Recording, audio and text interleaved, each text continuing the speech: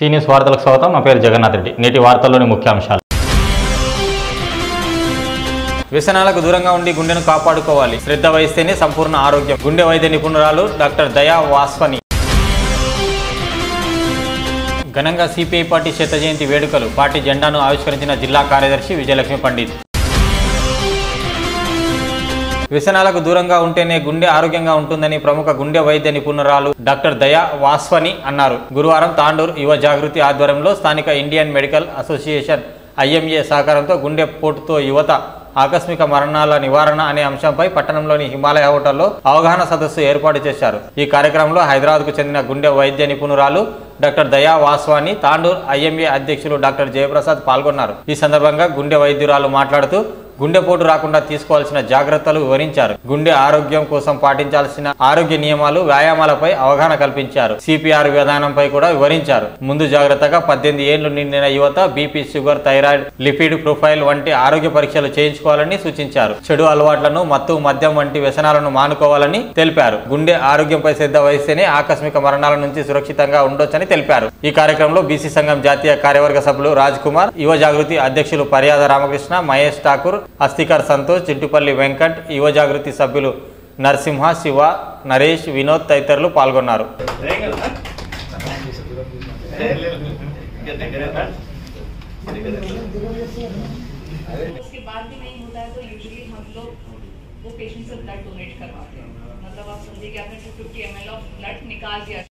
to 3.5 litres of water लेना है। अगर आप रेगुलरली लेते रहेंगे या किसी भी फॉर्म ऑफ टोबैको से दूर रहेंगे, with in normal adult mail के लिए 13 to 16 हीमोग्लोबिन नॉर्मल होता है।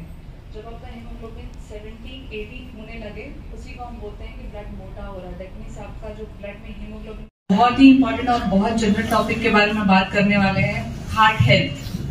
हार्ट हेल्थ जो सालों से हमारे अंदर एक बिलीफ था कि ये एक ऐसी डिजीज है जो अमीरों को होती है, गरीबों को उतनी नहीं होती। गरीबों में तो इन्फेक्शन ज्यादा होते हैं। एक दूसरा बिलीफ होता था कि ये तो बड़ी उम्र वाले लोगों की प्रॉब्लम है, छोटे उम्र में नहीं हो सकती।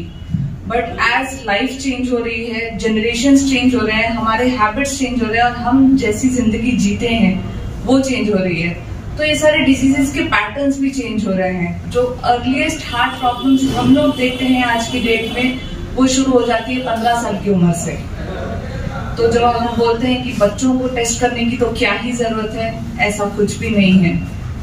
आज की डेट में कोई भी हार्ट प्रॉब्लम कहीं पे भी शुरू होती है, और जब हम हार्ट प्रॉब्लम की बात कर रहे हैं तो क्या हम सिर्फ हार्ट अटैक की बात कर रहे हैं? नहीं।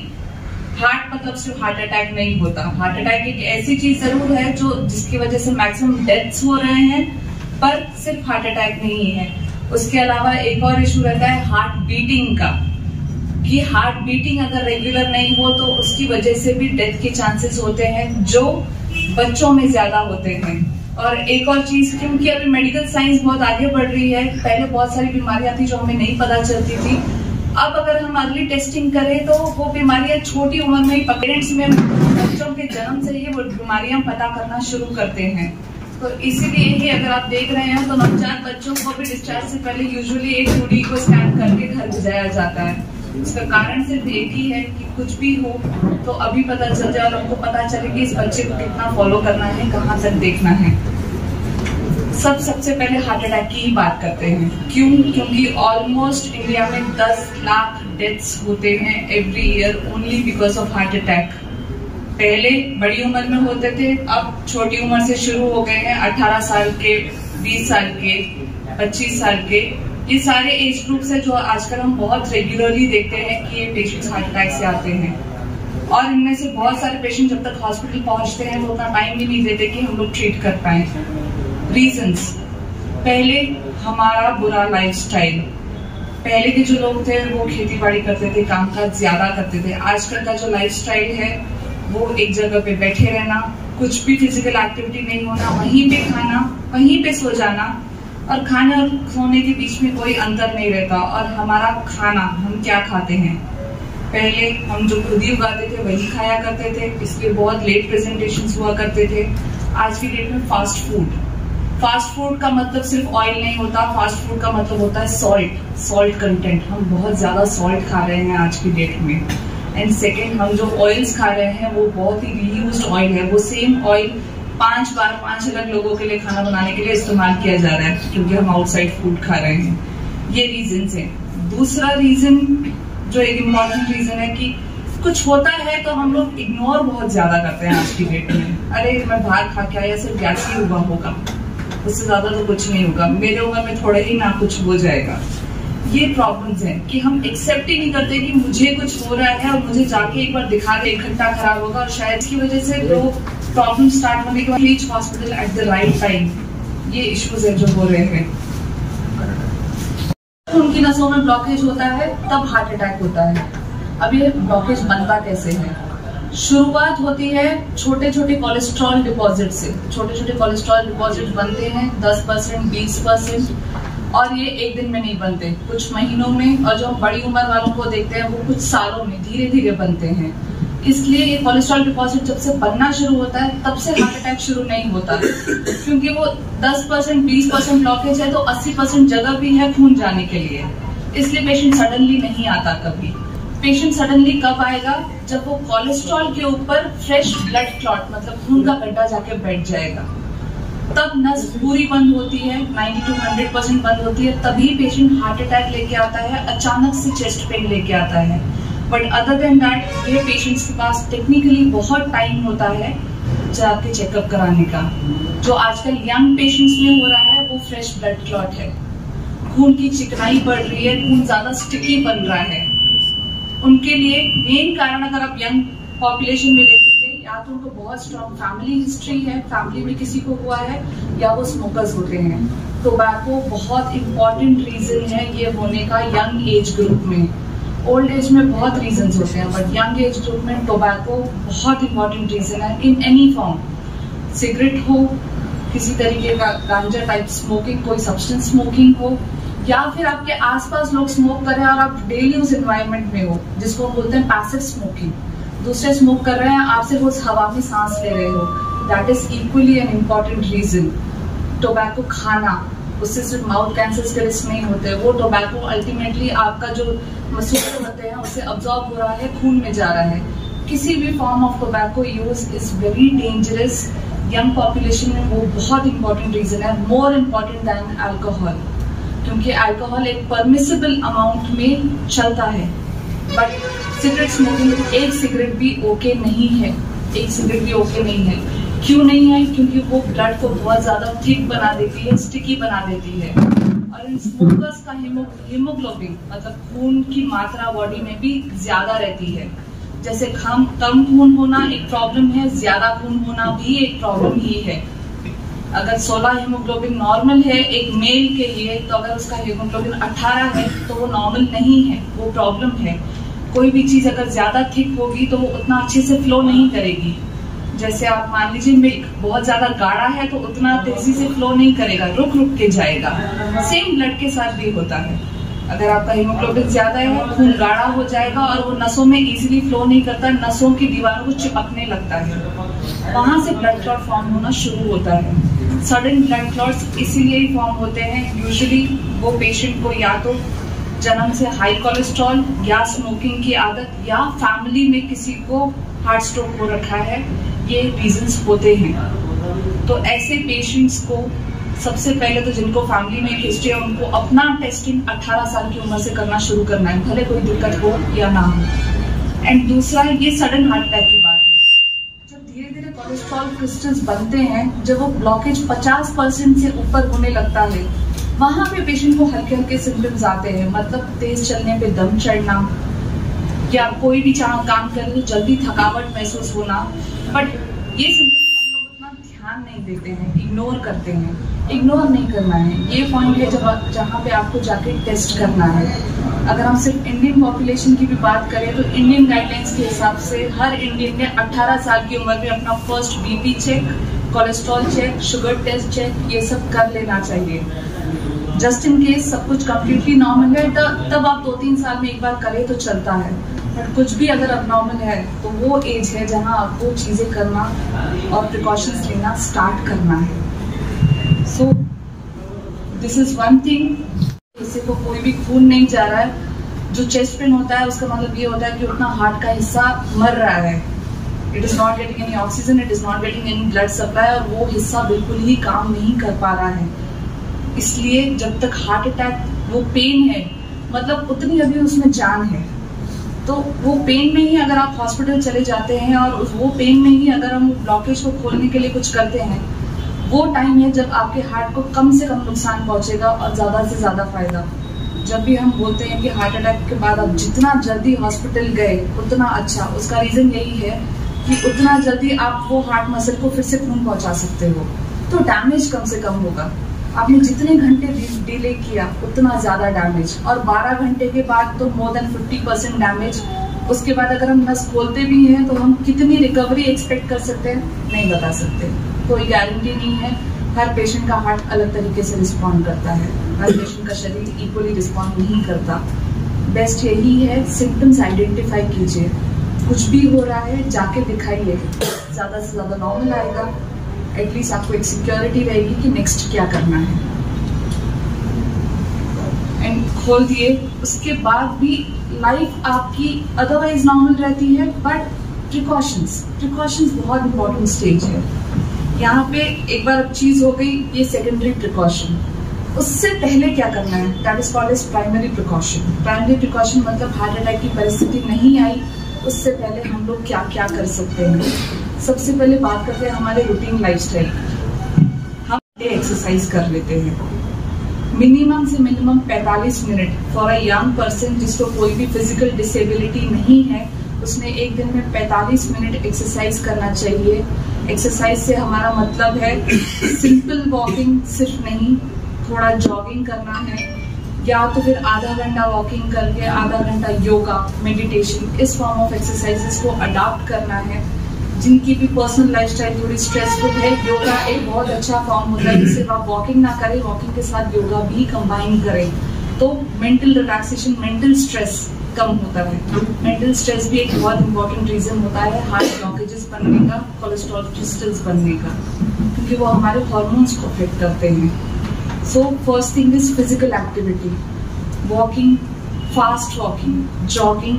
सेकेंड चीज, घर में किसी के गार्डन है तो गार्डनिंग अपने आप में एक बहुत इंपॉर्टेंट फॉर्म ऑफ एक्सरसाइज है। यंग लोग साइकिलिंग कर सकते हैं, slow cycling for 40 to 45 minutes daily. अगर ये एक रूटीन रहेगा, स्पेशली अर्ली मॉर्निंग, वो एक बहुत ही अच्छी हेल्दी लाइफस्टाइल होती है। सेकेंड थिंग, कभी भी कोई भी मील लेने के बाद जाके कुर्सी पे बैठना नहीं है। This mainly applies to people जो आजकल वर्क फ्रॉम होम पैटर्न पे हैं। एक ही जगह पे खाना, वहीं पे बैठ जाना, वहीं से उठना और वहीं से उठ के जाके सो जाना। आज की डेट में ये सारे लोगों का BP and cholesterol higher side पे है। रीजन यही है फिजिकल इनएक्टिविटी। जब भी आप खा रहे हो उसके बाद अपने घर में ही 10 मिनट सिर्फ माइल्ड वॉकिंग, हल्का टहलना, उसके बाद जाके कुर्सी पे जाके वापस काम शुरू करना। इससे होता ये है कि हम जो भी खाते हैं वो स्टमक से फूड नीचे उतरने लगता है। अगर आप बैठे हैं तो स्टमक की भी मोबिलिटी खत्म हो जाती है, अगर आप चल रहे हैं तो आपके ऑर्गन्स भी चल रहे हैं। इस केस में दो चीजें, एक तो खाना अच्छा प्रोसेस होता है, सेकंड गैस्ट्रिक इश्यूज भी बहुत कम होते हैं। वरना आप खा के जगह पे बैठते हो तो वो पेशेंट्स हमेशा बहुत ज्यादा बर्ब्स हो रहे हैं, डकार जाते हैं, ये सारी कंप्लेंट्स करते रहते हैं। तो ये बहुत छोटी छोटी चीजें जो हम कर सकते हैं, डेली लाइफ में कर सकते हैं, न पैसे लगते हैं न एफर्ट। थर्ड चीज, रात का खाना। रात के खाने और सोने के बीच में 2 से 2.5 घंटे का गैप होना चाहिए, क्योंकि जब भी आप रात में खाते हो उसके बाद आपकी बॉडी को कोई काम नहीं करना है, कोई कैलोरी एक्सपेंडिचर नहीं है, आपको सिर्फ जाके सोना है, जिसके लिए कैलोरीज की रिक्वायरमेंट नहीं होती है। तो इसलिए रात में लाइट मील लेना, 10 मिनट टहलना और 2 से 2.5 घंटे का अंतर लेना, क्योंकि वो 2 से 2.5 घंटे में आपका फूड नीचे जाके ऑलरेडी प्रोसेस होना स्टार्ट हो चुका होता है। वरना जब आपका फूड ऊपर ही रह जाता है, उससे ओबेसिटी मतलब मोटापा बहुत ज्यादा बढ़ता है। मेन मोटापे का रीजन यही होता है, जो रात में लोग हेवी मील्स लेते हैं और खाने के बाद यूजुअली सो जाते हैं, जो मोस्टली शॉपकीपर्स उस टाइप के लोगों में ज्यादा होता है। ये फिजिकल एक्टिविटी के बाद सेकेंड, हमारे बैड हैबिट्स। स्मोकिंग अगर हम छोड़ते हैं ना, तो उसके बाद हमारी बॉडी को वापस नॉन स्मोकिंग लेवल पे जाने के लिए कम से कम 1 साल लगता है। इट्स नॉट लाइक आपने आज स्मोकिंग छोड़, जो पेशेंट्स आते हैं मैंने तो छोड़ दिया है, कितने दिन हुए, 7 दिन हुए, और वो सोचते हैं सब ठीक हो जाएगा। नहीं होता। आप 100% छोड़ने के बाद भी 1 साल मिनिमम लगेगा बॉडी को नॉन स्मोकिंग लेवल्स पे जाने के लिए। एंड वन मोर थिंग, वो 1 साल में जो आपका पहले डैमेज हो चुका है वो डैमेज रिकरेक्ट नहीं होता, आने वाला डैमेज ही रोका जा सकता है। जो हो गया है वो गया है, वो वापस सेट नहीं हो सकता। जो चीज़ कम्प्लीटली डेड है वो नहीं रिवाइव हो सकती, जिसमें थोड़ी बहुत जान बची है वो बचाई जा सकती है। इसलिए स्मोकिंग छोड़ने के बाद आप 1 साल के बाद ये एक्सपेक्ट कर सकते हैं कि आपकी बॉडी में अब चेंजेस नहीं आएंगे, फर्दर चेंजेस नहीं आएंगे। स्मोकिंग 100% छोड़नी होती है। मैं सिर्फ 1 सिगरेट पीता हूँ एक दिन में, is not allowed. Zero tobacco. When it comes to alcohol, एक दिन में 60 ml अलाउड होता है, उससे ज्यादा नहीं। अब तो 60 ml बॉडी को कोई मेजर डैमेज नहीं होता, बियॉन्ड 60 ml डैमेज होना स्टार्ट हो जाएगा। फीमेल्स के लिए ये लिमिट और कम है। फीमेल्स को 60 ml अल्कोहल नहीं चलेगा, क्योंकि उनका बॉडी टाइप अलग है, उनका लिवर का प्रोसेसिंग अलग है। अल्कोहल से मेनली होता क्या है, हार्ट अटैक से ज्यादा अल्कोहल से होता ये है कि कोलेस्ट्रॉल डिपॉजिट्स बहुत बढ़ते हैं। तो अल्कोहल डायरेक्टली हिट नहीं करता, अल्कोहल इनडायरेक्टली हिट करता है, क्योंकि लिवर पे अफेक्ट करता है तो हमारा कोलेस्ट्रॉल बॉडी से बर्न नहीं होता, इसकी वजह से वो डिपॉजिट होने लग जाता है बॉडी में। तो अल्कोहल लॉन्ग रन में इफेक्ट करेगा, स्मोकिंग शॉर्ट रन में इफेक्ट करती है ज्यादा। अल्कोहल लॉन्ग रन है। एंड सेकेंड थिंग जो अल्कोहल से होता है वो हार्ट पंपिंग को कमजोर करता है, without creating any blockages also. वो हार्ट के मसल पंपिंग को वीक करता है over a period of time. And एक बार वो हो गया, उसके बाद रिवर्सिबिलिटी के चांस 50%। उसके बाद अगर बंदा अल्कोहल छोड़ भी देता है तो उसका हार्ट वापस नॉर्मल पंपिंग पे आएगा या नहीं आएगा, इसकी प्रोबेबिलिटी 50% है। सो आप इसको एक पार्ट पे लग भी समझ सकते हैं, उसका हार्ट मसल वापस नॉर्मल जाता है या नहीं। एंड छोड़ने के बाद भी मिनिमम 6 months तक no recovery is expected. Beyond 6 months, if that guy falls into that 50% lucky category, will recover, otherwise he won't. आपको जिंदगी भर उसके साथ जीना पड़ता है with a high risk of having sudden death कभी। ये सेकंड बात है। तीसरी बात, लोग आके बोलते हैं मैं तो इतना ही अन्न खाता हूँ, मैं एक ही चपाती खाता हूँ। बट हम लोग जो खाते हैं वो वाइट राइस है, दैट्स प्योर स्टार्च, पूरी तरीके से वो स्टार्च है, सिर्फ कार्बोहाइड्रेट्स है। उसके अलावा उसमें 2-3 टाइप्स ऑफ विटामिन बी होता है, उसके अलावा हम और कुछ नहीं करते हैं। This is not the right way of eating. और लोग ब्रेकफास्ट स्किप करते हैं, डायरेक्टली आफ्टरनून लंच खाना है, सुबह का नाश्ता खाना है, बट उसमें प्रोटीन रखना है। प्रोटीन का मतलब होता है एग्स, जो नॉन वेजिटेरियन है। जो लोग भी वेजिटेरियन हैं वो ये क्लेम करते हैं कि वो वेजिटेरियन है तो उनका कोलेस्ट्रॉल हाई नहीं हो सकता, ऐसा कुछ भी नहीं है। नॉन वेजिटेरियन फूड में प्रोटीन कंटेंट ज्यादा नहीं होता, हम उसको हाई ऑयल में बनाते हैं इसलिए उसका कोलेस्ट्रॉल बढ़ जाता है। Otherwise chicken, fish, prawns, seafood, they are very high in proteins. Non vegetarian लोगों के लिए प्रोटीन खाना अच्छा है। Plus all these non vegetarian sources, they are very high in vitamin D and B12।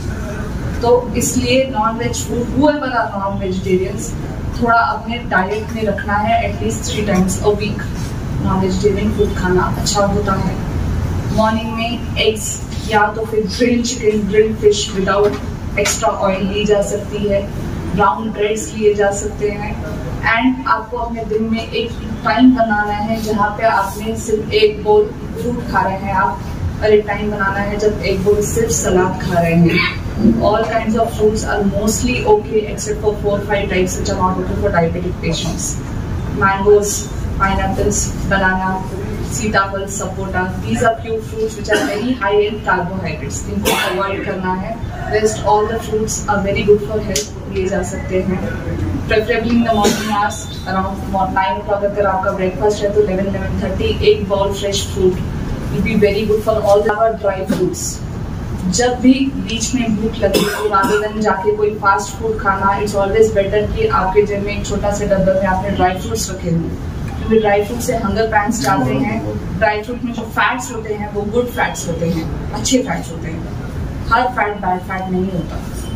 Dry fruits के mainly almonds, walnuts, peanuts, इन सब के जो फैट्स होते हैं दे आर गुड फैट्स, वो खाए जा सकते हैं। वो कभी भी हमें भूख लगे तो ऐसी चीज़ों से आपको मंचिंग करनी चाहिए ताकि आपको हंगर पैंस ना हो। 1 bowl rice, brown rice preferable है बट वाइट राइस इनका भी बहुत पसंद है।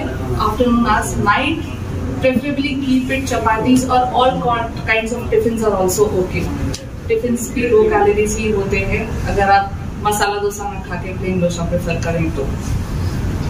Tiffins are always healthy. All forms of wheat, ragi, bajra, jowar they can be taken. इनमें से किसी भी रोटी बना के खाएं तो अच्छा ही रहता है। They are good for health because they are natural sources. जो भी किसी को भी हाई फूड खाना है या फैटी फूड खाने का शौक है, इट इज ऑलवेज बेटर कि आप मॉर्निंग आवर्स में खाएं बिफोर 1 o'clock। डिनर जितना छोटा और जितना सिंपल होगा उतना अच्छा होगा, उतनी ओबेसिटी मतलब मोटापा नहीं होगा। हर बंदे के लिए उनके हाइट के हिसाब से एक वेट होता है जो करेक्ट होता है। अगर आप 2-3-4 kgs वो वेट से ऊपर है तो दैट्स कॉल्ड ओवरवेट। बट जब आप 6-7 kgs वो वेट से ऊपर हो जाते हैं उसको बोलते हैं ओबेसिटी। मतलब अब वो मोटापा आपकी बॉडी को अफेक्ट करना शुरू करेगा। जब तक आप 3-4 किलो ऊपर है वो सिर्फ ओवरवेट है, वो आपके हाथ में है, बैड इफेक्ट्स नहीं आते। पर जब 7-8 किलो ऊपर है इसका मतलब यही है कब मोटापा बढ़ रहा है, आपकी फिजिकल एक्टिविटी कम होगी, अब आपके हार्मोन्स एक्टिव होने लग जाएंगे जो कोलेस्ट्रॉल डिपॉजिट करना शुरू कर देंगे। तो ये कुछ चीजें हैं जो हमारे हाथ में है, जिसके लिए आपको कोई डॉक्टर दवाई नहीं देता। हम लोग मोटापे के लिए कोई दवाई नहीं देते, कोई जादू का चूरन नहीं होता। आपने ही मेहनत करनी है अपना कंट्रोल में रखने के लिए। आप क्या खा रहे हो आपके हाथ में है, वो ये खाइए और ये मत खाइए। Okay, these are very simple things. ये है लाइफस्टाइल। नेक्स्ट कम्स हमारे रिस्क फैक्टर्स। इम्पोर्टेंट होता है बीपी होना, शुगर होना, कोलेस्ट्रॉल होना। इन सब में प्रॉब्लम क्या है? डिनायल। आप मानते ही नहीं कि आपको बीपी है, आप मानते ही नहीं कि आपको शुगर है और आपको दवाई की जरूरत भी है। आपको लगता है एक्स्ट्रा कॉस्ट बर्डन है, डॉक्टर ने बेफिजूल दे दिया है। बट हर लाइफस्टाइल के हिसाब से, जैसे इंडिया में भी हर चीज की अलग एक गाइडलाइन है कि इंडियन पॉपुलेशन के हिसाब से इतना बीपी सही है। जो वेस्टर्न कंट्री से मैच नहीं खाता उनके लिए 140 बीपी सही होगा, इंडियंस के लिए 140 बीपी सही नहीं है क्योंकि हमारा वो बॉडी टाइप नहीं है। हमारा बॉडी टाइप अलग है उनसे, उनकी बॉडी का टॉलरेंस ज्यादा है, हमारी बॉडी का उतना टॉलरेंस नहीं है और ये नेचुरल है, किसी ने कुछ नहीं किया। इंडियंस में जब भी बीपी 140-90 के ऊपर जाए इट नीड्स ट्रीटमेंट। और उसमें भी ये होता है कि अगर बंदा यंग है, फिजिकली एक्टिव है तो हम 3 से 6 महीने का टाइम ले सकते हैं कि आप अपना लाइफस्टाइल सुधारिए। मेडिसिन बात एक्सेप्ट कर लेना है कि मेडिसिन चाहिए, और अगर एक मेडिसिन से आपका हार्ट हेल्दी रह सकता है तो एक medicine is a good deal, आपको ले लेनी चाहिए। Same happens with sugar also. सबसे पहले लोग टेस्ट कराना ही पसंद नहीं करते। सबसे पहले तो गेट योरसेल्फ टेस्टेड, अपना टेस्ट कराइए। अगर और आप फिजिकली एक्टिव हैं या आपको पता है कि मैं ये गलतियां करता हूँ अपने लाइफ में, आप सुधारिए 3 महीने, टेक अ टाइम। बट अगर उसके बाद भी नहीं तो फिर you need a medicine. And these days sugar के बहुत अच्छे मेडिसिन हैं जो लेने से अगर शुगर कंट्रोल में हो सकती है तो करनी है। बट वन मोर थिंग, सिर्फ टैबलेट्स काम नहीं करते। आपको अपना लाइफ पैटर्न, आपको अपनी फिजिकल एक्टिविटी बढ़ानी होती है एंड आपको अपना फूड कंट्रोल चाहिए, तभी ये शुगर मेडिसिन काम करेंगे, वरना आपके सिर्फ डोजेस बढ़ते जाएंगे, शुगर कंट्रोल नहीं होगी। एंड लेट्स से आपका शुगर 2 years अनकंट्रोल्ड है तो इसके बाद वो आपकी बॉडी के सिर्फ हार्ट को नहीं हर ऑर्गन को अफेक्ट करनी शुरू हो जाएगी। बॉडी की सारी नसें पतली पड़ती जाती हैं शुगर पेशेंट्स में, क्योंकि वो नेचुरली नैरो होती जाती है, उनकी ब्लड कैरी करने की कैपेसिटी कम होती जाती है। ये शुगर की वजह से इनडायरेक्ट चेंजेस जो होते हैं, नसें सिकुड़ जाती हैं। एंड एक बार वो सिकुड़ गई तो वो रिवर्सिबल नहीं है, एक बार जो हो गया वो रिवर्सिबल नहीं है। Same third, cholesterol. कोलेस्ट्रॉल भी there is something called as bad cholesterol, LDL, जिसको हम बैड कोलेस्ट्रॉल बोलते हैं। एक हेल्दी बंदा जिसको कोई इश्यू नहीं है उसका कोलेस्ट्रॉल करेगा 120 इज ऑल्सो एक्सेप्टेबल। बट एक बंदा जिसको बीपी है, स्पेशली शुगर है, उसका कोलेस्ट्रॉल 70, जितना लो रख सकते हैं उतना अच्छा। और एक पेशेंट जिसको ऑलरेडी कोई हार्ट का प्रॉब्लम हो चुका है उसका कोलेस्ट्रॉल 50 रखना है। मतलब आपको और क्या शुगर है, हार्ट के इश्यूज हो चुके हैं, किडनी इश्यू, क्या कट ऑफ रखना है वो हर पेशेंट के लिए अलग होता है। जो 100 कोलेस्ट्रॉल एक यंग बंदे के लिए जिसको सिर्फ बीपी है उसके लिए ओके है, वही 100 कोलेस्ट्रॉल एक शुगर और हार्ट के पेशेंट के लिए ओके नहीं है। ज्यादा इवेंट्स अवॉइड करने के लिए बहुत ज्यादा जरूरी है, क्योंकि अगर आपकी बॉडी बाकी उतने घंटे काम कर रही है तो माइंड को रिलैक्स होना जरूरी है। रीजन, अगर हमारी प्रॉपर स्लीप नहीं होती है तो हमारा माइंड एक्टिव है, दैट मीन्स कि हमारे माइंड में दो टाइप ऑफ नर्व्स होते हैं, सिंपैथेटिक एंड पैरासिम्पैथेटिक। सिंपैथेटिक मतलब जो बॉडी में हर चीज फास्ट करता है, हार्ट बीट फास्ट करता है, बीपी बढ़ाता है, शुगर बढ़ाता है, सब कुछ। अगर हम नहीं सोते हैं तो सिंपैथेटिक सिस्टम हमेशा हाई रहता है, मतलब सब कुछ बहुत फास्ट चलता रहेगा, हार्ट को आराम नहीं आता, बीपी कम नहीं होता।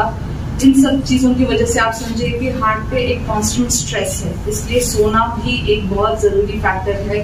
People who have BP and they don't sleep properly, उनका बीपी मेडिसिन के बाद भी इजीली कंट्रोल नहीं होता, उनको मल्टीपल दवाइयां देनी पड़ जाती हैं। But a person who is relaxed at mind, उनके लिए यूजुअली एक पिल भी काफी हो जाता है। So all these factors are very important. और जब हम बात करते हैं लाइफस्टाइल की या फूड की, या जब मैं बोल रही हूँ आप फिजिकल एक्टिविटी कीजिए, because we have technically seen कि अगर लोग ये सब फॉलो करते हैं तो आपका बीपी बाय 10 यूनिट्स नीचे गिर जाता है। अगर आप ये सब फॉलो करते हैं तो विदाउट मेडिसिन ऑल्सो 10 यूनिट से नीचे गिर सकता है।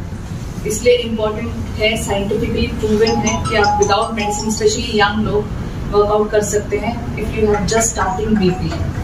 क्योंकि यही लोग हैं जो बीपी को इग्नोर करते हैं 140-90 पे, कुछ भी नहीं करते, later suddenly they will present one day at a BP of 200 और 180 लाइक दैट। वो ऐसी स्टेज है जहाँ, तो इसलिए जो ऑलरेडी 160 बीपी वाला पेशेंट होता है वो तो दवाई लेने के लिए मान जाता है। प्रॉब्लम ये पेशेंट्स में है जिनका BP just started. Also that they told me that apparently there have been a lot of young deaths, यहाँ पे यंग लोगों की डेथ हो रहे हैं हार्ट अटैक से।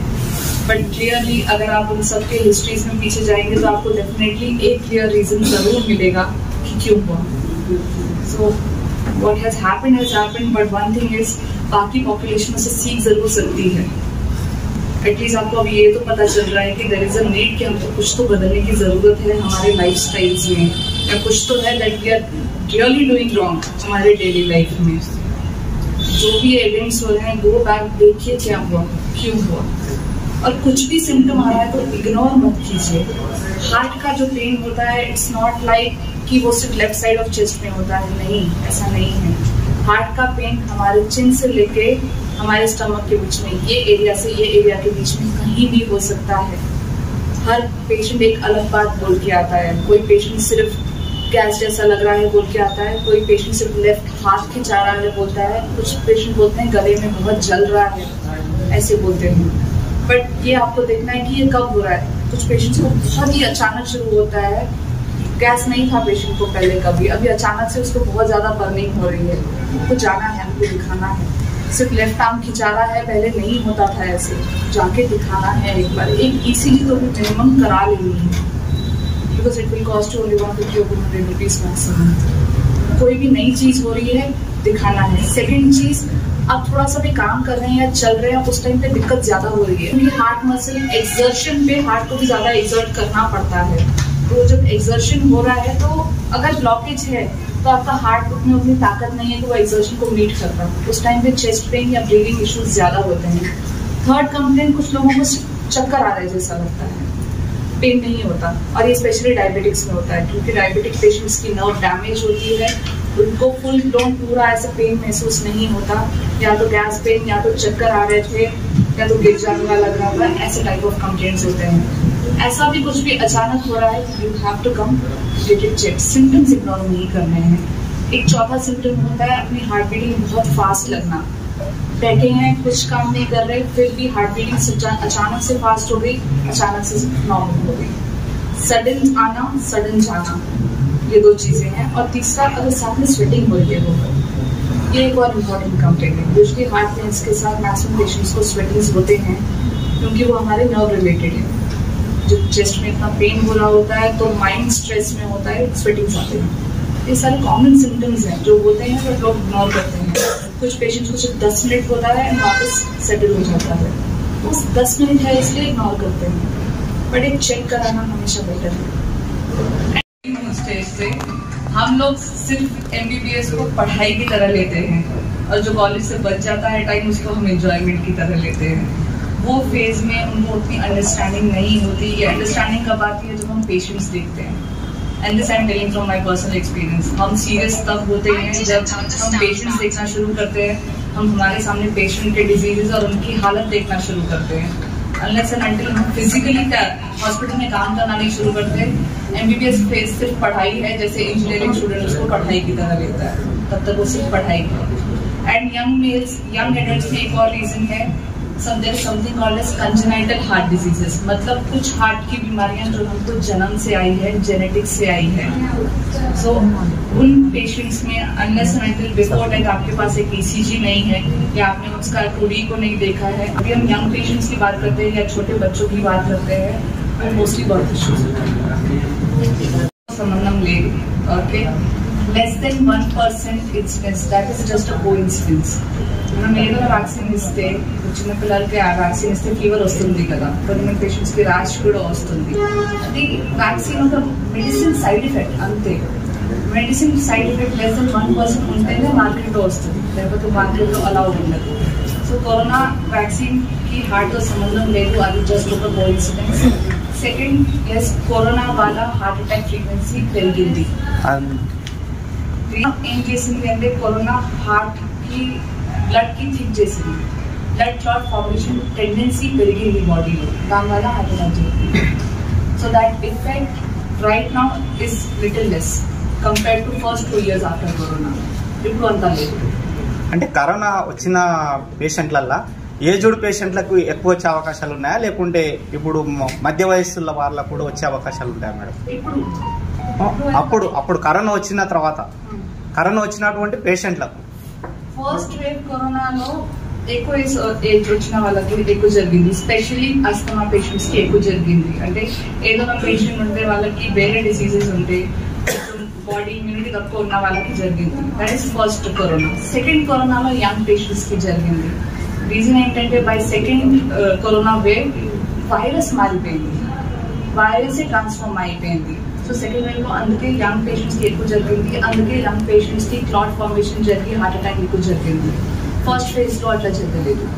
So it is just because of the transformation of the virus it self. Virus ఎక్కువ dangerous గా అయిపోయింది by second wave. And first wave second wave లో ఏం జరిగింది అంటే first wave and second wave కలిపేసి పేషెంట్స్ కి 2 వైరస్ అటాక్ చేశారు ఒకేసారి, 2 వెరైటీ వైరస్ అటాక్ చేశారు, అందుకే ఎక్కువ డేంజరస్ అయిపోయింది. By that time fungal infections పెరిగిపోయింది, ఆక్సిజన్ సిలిండర్స్ లో రిపీటెడ్ రీయూజ్ వల్ల ఫంగల్ ఇన్ఫెక్షన్స్ పెరిగిపోయినాయి. సో అందుకే డెత్ ఎక్కువ జరిగింది. బికాస్ హాస్పిటల్ ఎన్వైరన్మెంట్ లోనే కరోనా ఉంది, you can't do anything about it. Hospital environment లో కరోనా జరిగితే ఒక patient virus strain second patient కి కూడా వెళ్ళింది. మెయిన్లీ పేషెంట్స్ కి కొంచెం అనీజీ అనిపిస్తుంది, బాగా అనీజీ అనిపిస్తుంది. Something is going wrong feeling ఉంటుంది, కొంచెం స్వెటింగ్ స్టార్ట్ అవుతుంది, కొంచెం కలుతుంది, or I don't want to do anything ఆ ఫీలింగ్ ఉంటుంది. It's just that mild symptoms ఉంటాయి కాబట్టి ఇగ్నోర్ చేస్తారు. Definitely it won't be sudden pain. ఏదైనా వార్నింగ్ సైన్ ఉంటుంది, కొంచెం వామిటింగ్ లాగా సెన్సేషన్ రావడం, లేకపోతే నాకు ఏం బాగా అనిపించట్లేదు, I don't want to do anything, వెళ్ళి ఒక చైర్లో కూర్చుంటారు, ఇట్లా ఏదైనా ఉంటుంది definitely. Now because those patients are not there, you can't ask, but ఎవరైనా పేషెంట్ కి జరిగితే if you go back and ask them, they will tell you కొంచెం స్టార్ట్ అయింది కానీ 4 o'clock నుంచి కొంచెం బాగా అనిపించలేదు చెప్తారు. एडल्ट मेल के लिए 13 to 16 हीमोग्लोबिन नॉर्मल होता है. जब आपका हीमोग्लोबिन 17-18 होने लगे उसी को हम बोलते हैं कि ब्लड मोटा हो रहा है. दैट मीन्स आपका जो ब्लड में हीमोग्लोबिन का कॉन्सेंट्रेशन है वो बढ़ रहा है. तो ये एक फैक्टर. उसी सेम CBP रिपोर्ट में अगर आप कभी देखेंगे तो उसमें हेमाटोक्रिट बोलते हैं PCV बताता है कि ब्लड कितना थिक है और कितना लिक्विड है. ये फैक्टर होता है जिससे आप मॉनिटर कर सकते हो. सेकेंड चीज, जब भी ऐसा हो तो कोई बैड हैबिट है तो उसको रोक दीजिए सबसे पहले. दूसरा, पानी आपको पानी से ही डाइल्यूट करना है. आपको बहुत अच्छा हाइड्रेशन मेंटेन करना है. तो देखना है कि आप डिहाइड्रेट ना हो रहे हो. 3 to 3.5 लीटर्स ऑफ वाटर लेना है. अगर आप रेगुलरली लेते रहेंगे या किसी भी फॉर्म ऑफ टोबैको से दूर रहेंगे, विद इन अ मंथ और 2 यूजुअली हीमोग्लोबिन डाइल्यूट हो जाता है, नेचुरली हो जाता है. अगर उसके बाद भी नहीं होता है तो यूजुअली हम लोग वो पेशेंट से ब्लड डोनेट करवाते हैं। मतलब आप समझिए कि आपने 250 ml ऑफ ब्लड निकाल दिया शरीर से, तो उतना हीमोग्लोबिन का कॉन्सेंट्रेशन बाहर चला गया, और उसके बाद फिर आप बैग बंद करके वापस वाटर इंटेक बढ़ाना है, उससे कम होगा। थर्ड चीज मेडिसिन भी होते हैं, बट यूजुअली वो बहुत रेयरली जरूरत पड़ती है। यूजुअली इन 2 चीजों से मैनेज हो जाता है। ऑप्शन ఉంది, there are injections, మనం ఇవ్వగలుగుతాము, బ్లడ్ థిన్నర్ ఇంజెక్షన్స్ ఉంటాయి ఆ బ్లడ్ క్లాట్ మెల్ట్ చేసుకోవడానికి. So if you take it in the first 3 hours chest pain తర్వాత దానికి ఎఫికసీ 90% పైన ఉంటుంది. బట్ ప్రాబ్లం ఏంటంటే కొంచెం దానికి కూడా ఈసీజీ అవసరం ఉంటే షాక్ ఇవ్వడం, ఆ ఫెసిలిటీ ఉంటే మనం ఇవ్వగలుగుతాము. బ్లైండ్గా ఇవ్వడం అంటే దట్ ఈస్ ఆల్సో రిస్కీ, ఎందుకంటే అది చాలా స్ట్రాంగ్ మెడిసిన్ ఉంటుంది. బ్లడ్ క్లాట్కి మెల్ట్ చేస్తుంది అంటే మీరు అనుకోవచ్చు ఎంత స్ట్రాంగ్ ఉంటుంది. సో దానికి ప్లస్ ఎఫెక్ట్స్ ఉంటాయి అంటే కొంచెం సైడ్ ఎఫెక్ట్స్ కూడా ఉండొచ్చు కదా. సో మనకు అది అంత ఫెసిలిటీ కావాలి సైడ్ ఎఫెక్ట్స్ డీల్ చేసుకోవడానికి.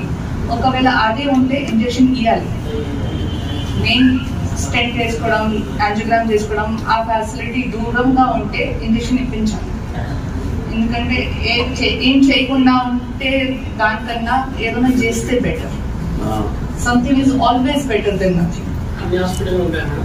ఈ ఇంజెక్షన్ మోస్ట్లీ గవర్నమెంట్ లో డెఫినెట్ గా ఉంటుంది, బికాస్ ఇది గవర్నమెంట్ ప్రోటోకాల్, గవర్నమెంట్ స్టడీస్ లో రిజిస్టర్ అవుతాయి. ఎన్ని హార్ట్ అటాక్ పేషెంట్స్ వచ్చారు, ఎన్ని ఇంజెక్షన్స్ మనం ఇచ్చాము. First thing you to do is check pulse. Pulse ఎలా చెక్ చేయాలి ఇప్పుడు అందరికీ తెలుసు. ఇక్కడ మనకి బోన్ పీన్ అవుతుంది, ఈ బోన్ పైన 3 fingers ప్రెస్ చేసుకోవాలి అంతే. ఒకవేళ ఈ హార్ట్ బీట్ మొత్తం లేదు, పేషెంట్ రెస్పాండ్ అవ్వట్లేదు, కింద పడిపోయారు, స్టార్ట్ సిపిఆర్. సిపిఆర్ కూడా ఎలా చేయాలి అంటే you have to pump continuous. Patient ఛాతీ పైన ఈ హ్యాండ్ అట్లా పెట్టుకొని దానిపైన సెకండ్ హ్యాండ్ అట్లా ఫోల్డ్ చేసి ఇక్కడ నుంచి పంప్ చేసుకోవాలి. ఈ మొత్తం హ్యాండ్ పైన ఉండదు, లోవర్ పాయింట్ దగ్గర ఈ part of hand left hand తో రెస్ట్ చేసుకోవాలి. రైట్ హ్యాండ్ దానిపైన అట్లా ఫిక్స్ చేసి జస్ట్ ఈ పార్ట్ కి పంప్ చేయాలి. 30 times పంప్ చేయాలి. 2 times మౌత్ బ్రీదింగ్ ఇవ్వాలి. మళ్ళీ 30 times పంప్ చేసుకోవాలి. మళ్ళీ 2 times మౌత్ బ్రీదింగ్ ఇవ్వాలి. ఈ 3 cycles చేసిన తర్వాత మళ్ళీ పల్స్ చెక్ చేసుకోవాలి, వస్తుందా కాదా, లేకపోతే మీరు రెస్పాన్స్ చూస్తున్నారా కాదా. Best way of checking pulse అయితే ఇక్కడ పల్స్ చేస్తుంది అంటే హార్ట్ పంపింగ్ స్టార్ట్ చేసింది. ఎక్కడైనా మనకి పంపింగ్ తెలిసిపోయింది అక్కడ సిపిఆర్ స్టాప్ చేసుకోవాలి. ఆ తర్వాత తొందరగా పేషెంట్కి షిఫ్ట్ చేసుకోవాలి ఏదైనా మెడికల్ సెంటర్. సో ఇమ్మీడియట్ గా స్టార్ట్ చేయాలంటే దిస్ ఈజ్ 1 పల్స్. ఈ పల్స్ చూడాలి, ఇక్కడ మన సెంటర్ ఉంది, ఇక్కడ ఈ మసిల్ కనిపిస్తుంది, ఈ 2 మధ్యలో జస్ట్ ప్రెస్ చేసుకోండి, పల్స్ ఫీల్ అవుతుంది. This is best way of checking pulse. ఒక పేషెంట్ పడిపోయారు కింద ఖతం అవుతున్నారు అంటే అది అనిపిస్తే ఇక్కడ చెక్ చేయాలి, కనిపించట్లేదు. హ్యాండ్ దిస్ పార్ట్ ఓన్లీ, మొత్తం హ్యాండ్ ప్రెస్ చే అవసరం లేదు. దిస్ ఇది ఎట్లా పెట్టి అండ్ షోల్డర్స్ తో ప్రెషర్ ఇవ్వాలి. నా హ్యాండ్ ఈ ఒక్కటే లైన్ లో ఉండాలి, అప్పుడే సిపిఆర్ కరెక్ట్ పనిచేస్తుంది. అంటే మీరు రిస్ట్ బోన్ తో ప్రెషర్ ఇవ్వాలి. ఇక్కడ నుంచి ఎట్లా పెట్టి, సో ఈ ఒక లైన్ లో ఉంటే ఈ ఇక్కడ మీరు ప్రెషర్ అప్లై చేస్తే ఇక్కడనే ప్రెషర్ వెళ్తుంది. ఇక్కడ వెళ్ళకూడదు, ఈ రిస్ట్ లో వెళ్ళకూడదు. ఎట్లా 30 times కౌంట్ చేసుకోవాలి. మౌత్ ఓపెన్ చేసి మళ్ళీ 30 times that is CPR. Mask వెళ్ళిపోతే మనం లంగ్ క్యాన్సర్ మనం ప్రివెంట్ చేసుకోవచ్చు. మళ్ళీ మెయిన్ గా స్టోన్స్, ఈ స్టోన్స్ వల్ల కిడ్నీ స్టోన్స్ చాలా ఎక్కువైతున్నాయి. సో కిడ్నీ స్టోన్స్ వచ్చినప్పుడు చిన్నగా 5 mm 10 mm ఉంటే ఇబ్బంది లేదు. ప్లస్ మినిమం 10 పైన ఉన్నప్పుడు మనం దాన్ని కేర్లెస్ చేయడము, లేదంటే చెట్ల మంది తాగడం వల్ల ఆ కిడ్నీ స్టోన్స్ పోకపోగా అసలు వాటర్ తాగి కొన్ని చేస్తే కిడ్నీ స్టోన్ పడిపోతుంది. అది కాకుండా అనవసరంగా ఈ చెట్ల మంది కూడా కిడ్నీ ఫెయిల్ అవుతున్నాయి, చాలా డేంజరస్. ఒకసారి కిడ్నీస్ ఫెయిల్ అయ్యంటే మళ్ళీ రీట్రాన్స్ప్లాంట్ చేయాలంటే 5 నుంచి 10 లక్షలు పడుతుంది. 3వ విషయం ఏంటంటే రోడ్స్ బాగాలేదు. సరే ఇది ఏదైతే ఉన్నా మనం స్పీడ్ అతిమితి స్పీడ్ వల్ల ఈ బ్యాక్ ముందు సర్వైకల్ స్పాండిలైటిస్ మోస్ట్ కామన్ గా వస్తున్నాయి. సో ఇది కూడా మన ప్రాంతంలో ఉన్న ప్రాబ్లమ్స్ నేను ఎక్కువ చెప్తున్నాను. హైయెస్ట్ టీబీ కేసెస్ నా హాస్పిటల్ నుంచి డిటెక్ట్ అయ్యాయి. Highest TB cases in most Vikarabad district లో హైయెస్ట్ టీబీ కేసెస్ నేను డిటెక్ట్ చేశాను. లక్కీ అంటే పేరు రివీల్ చేయలేదు కానీ అందరు మంచి ఉన్నారు దేవుని దేవాల. టీబీ అంటే భయపడే జబ్బే కాదు. 6 months మంచి ట్రీట్మెంట్ తీసేసుకుంటే మనకంటే వండర్ఫుల్ అవుతారు. అట్లా హెచ్ఐవి పేషెంట్ కూడా చాలా బ్రహ్మాండంగా ఇప్పుడు హెచ్ఐవి ఎట్లయిందంటే నేను హెచ్ఐవికి ఇన్ఛార్జ్ ఉంటుంది. అందరు భయపడే కాలంలో నేను గవర్నమెంట్ హాస్పిటల్ హెచ్ఐవి ఇన్ఛార్జ్ ఉన్నా. బెస్ట్ డాక్టర్ అవార్డు కూడా వచ్చింది హెచ్ఐవి నుంచి. హెచ్ఐవి వచ్చిన ఇప్పుడు నేను చూస్తున్నాను 30 years కూడా ఇంకా సర్వైవ్ ఉన్నారు. వచ్చిన తర్వాత 30 ఏళ్ళు ఉన్నారంటే మనిషి అంతకంటే గొప్పతనం ఏముంది. సో నేను అనేది ఏంటంటే మనము మొహమాటానికి దీనికి ఇంతకుముందు కృష్ణ కరెక్ట్ చెప్పారు. మనకు ఒక 4 విషయాలు చాలా బాగుండాలి. ఒకటి మానసిక స్థైర్యం ఉండాలి. క్యాన్సర్ కూడా జయించవచ్చు. మంచి మిత్రులను కలిసి ఉండాలి. దీనివల్ల మనం షేర్ చేసుకునే అవగాహన కలుగుతుంది. మంచి నడవడి ఉండాలి. మంచి ఆరోగ్యం ఉండాలంటే మంచి నడవడి ఉండాలి. మంచి ఆహార పదార్థాలు తినాలి. ఇవన్నీ మనం నేర్చుకున్నప్పుడు మనకి ఎటువంటి జబ్బులు రావు. ఇవన్నీ కోల్పోయిన తర్వాత జబ్బులు వచ్చిన తర్వాత ఎన్ని లక్షలు పెట్టినా మన రికవర్ కాదు. సో ఇవన్నీ గుర్తించి మెయిన్ గా మన పొల్యూషన్ గురించి క్యాన్సర్ల గురించి మెయిన్ గా ఒకసారి క్యాన్సర్ అవగాహన కూడా పెడదామని ఆలోచిస్తున్నాము. ఎందుకంటే క్యాన్సర్ రేట్ కూడా డాక్టర్ శరత్ సార్కి ఇన్ఫర్మేషన్ ఇవ్వడం, ఆ తర్వాత మేడం టైం ఇవ్వడం, దాంతో పాటు టీం అంతా కూడా పనిచేయడం. ఎందుకంటే ఎప్పుడు ఎవరు చేయడం, ఆలోచన పంచుకోవడం వేరే, దానికి సపోర్ట్ చేయడం వేరే. అందరూ కూడా నిలబడి వాళ్ళందరూ కూడా నాకు సపోర్ట్ చేసింది. కూర్చుని అందరూ కూడా నాకు సపోర్ట్ చేసింది. వాస్తవంగా చాలా ఇబ్బందులు ఉండే ఈ కార్యక్రమాలకి ఇబ్బందులు ఎదురైతాయి, తర్వాత అన్ని సక్సెస్ అవుతాయి. కాబట్టి భవిష్యత్తులో కూడా ఇదే విధంగా సహకారం ఉండాలి. అంటే మన తాండ్రు కోసం మనం చేసుకుంటాం. కాబట్టి అందరూ కూడా బాగుండాలి, అందరూ కూడా ఆరోగ్యంగా ఉండాలి, అందులో మనంతా కూడా భాగం కావాలని చెప్పి ఆకాంక్షిస్తూ థ్యాంక్ యూ. జై హింద్. భారత కమ్యూనిస్టు పార్టీ సిపిఐ 100 సంవత్సరాలు పూర్తి చేసుకున్న సందర్భంగా గురువారం తాండూరులో పార్టీ శత జయంతి వేడుకలను ఘనంగా నిర్వహించారు. పార్టీ జిల్లా కార్యదర్శి విజయలక్ష్మి పండిత్ ఆధ్వర్యంలో పట్టణంలోని అంబేద్కర్ చౌక్ లో సిపిఐ పార్టీ జెండాను ఆవిష్కరించారు. ఈ సందర్భంగా ఆమె మాట్లాడుతూ సమాజం కోసం సిపిఐ చేసిన పోరాటాలు విప్లవ చరిత్రలో నిలిచాయని అభివర్ణించారు. భారతదేశ స్వాతంత్ర్య పోరాటం కోసం ప్రజలందరూ సుఖశాంతులతో ఉండాలని ఎంఎస్ రాయ్ వంటి విప్లవకారుతో 1920లోనే పార్టీ నిర్మాణం జరిగిందని, 1925 డిసెంబర్ 26న కాన్పూర్ లో భారత కమ్యూనిస్టు పార్టీ మొదటి మహాసభను ఏర్పాటు చేసి పార్టీని ప్రారంభించారని గుర్తు చేశారు. నాయకులు కార్యకర్తలు చేసిన విరోచిత పోరాటాలు, త్యాగాలు, మానవతా విలువలున్న ఈ దేశ ప్రజలందరూ గుర్తించి పార్టీని గౌరవించాలని ఆమె పిలుపునిచ్చారు. తెలంగాణ సాయుధ పోరాటంతో పాటు ప్రత్యేక తెలంగాణ కోసం ముందుగా సిపిఐ పార్టీ తీర్మానించి పోరాటం చేయడం జరిగిందని గుర్తు చేశారు. ఈ కార్యక్రమంలో జిల్లా కార్యవర్గ సభ్యులు రవీందర్, మునీర్ అహ్మద్, నాయకులు విజయ్, నరసింహులు, రాజేందర్, రాములు, పుష్ప, పార్టీ కార్యకర్తలు తదితరులు పాల్గొన్నారు.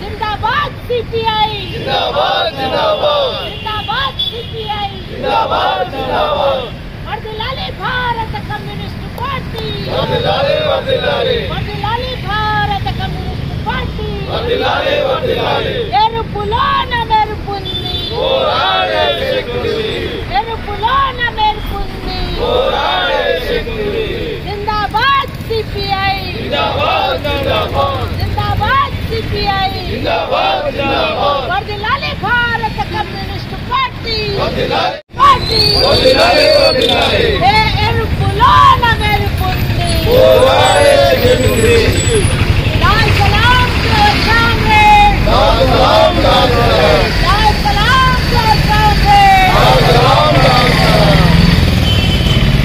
రోజు భారత కమ్యూనిస్ట్ పార్టీ ఎరుపులోన మెరుపుంది, పోరాడే శక్తి ఉంది, ఎరుపులోన మెరుపుంది, పోరాడే శక్తి ఉంది.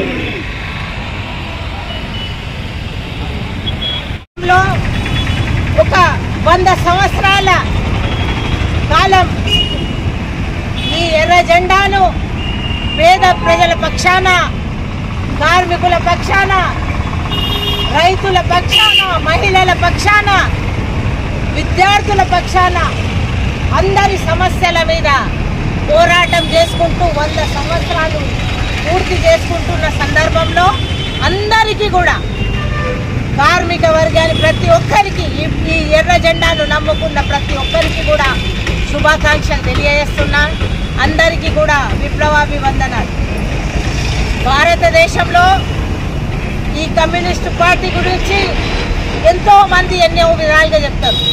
కానీ వాస్తవానికి రష్యా రెవల్యూషన్ తర్వాత భారతదేశంలో బ్రిటిష్ వాళ్ళు వచ్చి ఉన్న తరుణంలో మనము ఇక్కడ ఉన్న పరిస్థితులు, అణచివేత, పేద ప్రజల మీద, ఈ ప్రాంతం మీద వారి దాష్టికాలకు బాధితులైన ప్రజలు, గాంధీ ఒకవైపు శాంతియుత పోరాటాలు చేయాలని చెప్పేసి ఇక్కడ ఉన్న తరుణంలో ప్రజలంతా కూడా సోవియట్లో, రష్యాలో ఉద్యమం, అక్కడ వాళ్ళు విప్లవం సాధించిన తర్వాత మన యువకుల లోపల మన దగ్గర ఎందుకు మనం బానిస బతుకులు బతకాలి, ఎవడి కిందో ఎవడో వచ్చి మన దేశం మీద పెత్తనం చలాయించేది ఏందనే ఉద్దేశంతో మన యువకులు ధైర్యంగా ఇది కుదరదు, దీన్ని మేము ఒప్పుకోమని చెప్పేసి వాళ్ళు మన యువకులే పోయి అక్కడ రష్యాలో మాకు కూడా మద్దతు ఇవ్వాలి, మాకు కూడా స్వాతంత్రం కావాలి, మా దేశం కూడా మేము కూడా స్వతంత్రంగా జీవించాలనే ఉద్దేశంతో